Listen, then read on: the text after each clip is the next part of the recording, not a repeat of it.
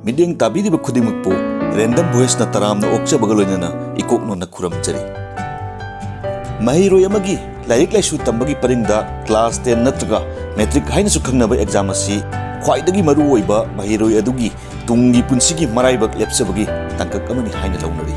Adubu hangningliba wahangdi metric exam mai paklaba matungda kari tamgadagi haibasini. Mahiroi punsigi khwaidagi aruba khongthangni masida kariguma soikiba tarabadi punsi chupagi ningamdaba amadi pelahudabagi mami thamoida soidina tagani. Ngasi Randomvoice na kusinjarakliba topic asi class 10 loiraba matungda kari taugani hairiba topic asini. Class 10 gi matungda mahiroi amana karamba stream da tamgadage karamna stream khangani haibana chingmadudi video asi loya phawdang jengminaduna khangminasi. Karigumba adomna Randomvoice channel asi subscribe toromdaba leiragadi subscribe tobiu amadi bell gi button adu nambiduna anouba video lakpada adomgi mobile da notification la anbada mateng pangpiu. Mamangaidagi hongna lerakliba aikoi chatnabidi metric exam mai paklabadi 11 12 natragana higher secondary si science commerce amadi arts hairiba stream ahum sida makhatam thabasini. Class 10 loiraba mahiroi amana stream khanbagi hanadagi lerakliba chatnabi khara panjage. Ahanbada percentage wangna phangba mahiroi singna science lauduna tamthaba mayai oira phaba mahiroi singna commerce aduga khwaidagi arikba percentage phangba mahiroi singna arts stream da tamthaba asini. Ani subada jumgi ahlaman sing amadi mari matagi apamba natragana suggestion matungina mahiroi singda stream kharanbagi chatnabi. Ahum subada marup mapija singi influence dagi haibadi imanabi singi matung induna stream khanbagi chanabi. Adubu laibak thibadi mathakta panjakriba stream khanbagi mawong khudingmak aranba ngaktani. Matang asida mayamgi pungning chingsinjaningbadi mahiroi abagi chanaba stream khanbagi damak mahiroi adugi ability amadi interest ningthijana khangba tangai phate. Khudam oina angka haiba mathematics subject ta letter mark phanglakpa literature da jamna ngaujaba punsigi pandamsu writer ama oigi khanjaba mahiroi aduda science natragana commerce stream da tamhallabadi problem oyakpa jabagi chance jamna wangna leigani. Maramaduna mahiroi adugi masagi interest matungina stream khanpham to I haibasi thamjage.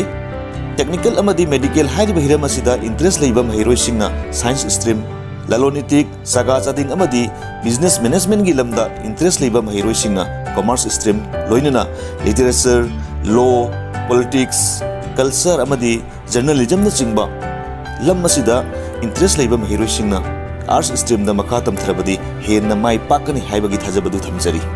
Mark jamna wangna phangli haiduna physics, chemistry, mathematics, biology na chingba subject singda interest leitaba mahiroi sing aduda science lauduna tamhallabadi mahiroi adugi career da asokpa soidana lakani.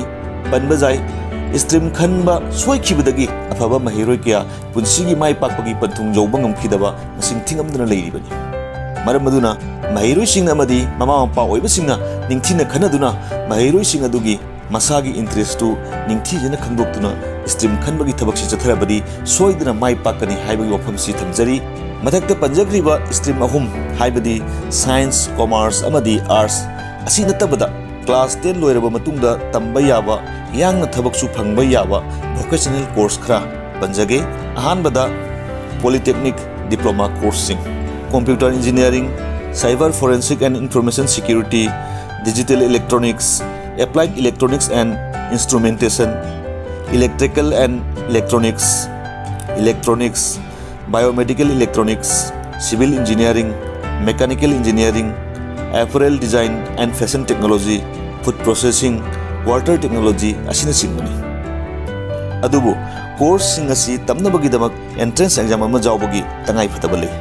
Course sing asi maramda hena khangninglabadi Google search tawbiu. Ani subada ITI certificate amadi diploma coursing certificate course kara panjarabada computer operation and programming assistant, food and beverage services, food production, housekeeper, multimedia animation and special effects, travel tour assistant, plumber, welder, old age care, spa therapy, beauty parlor asini singmani.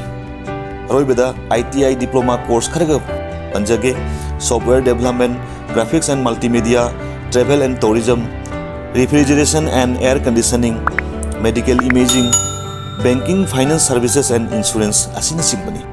Panjakriba vocational skills singa si leirabadi line at work pangbabadi isagi startup ama yamna sahi nona hogdoktuna mai pakpa entrepreneur ama oiba ngamata natana mioi kaya ama supunna himinaba yabagi khutong saba leiri. Ten kraba video asida punamak subsin naba honabada awat pakya jawrab sungakpi gani video asibu like abadi share toba kaubiganu ning tabiriba khudimukpu amukka na kuramjari.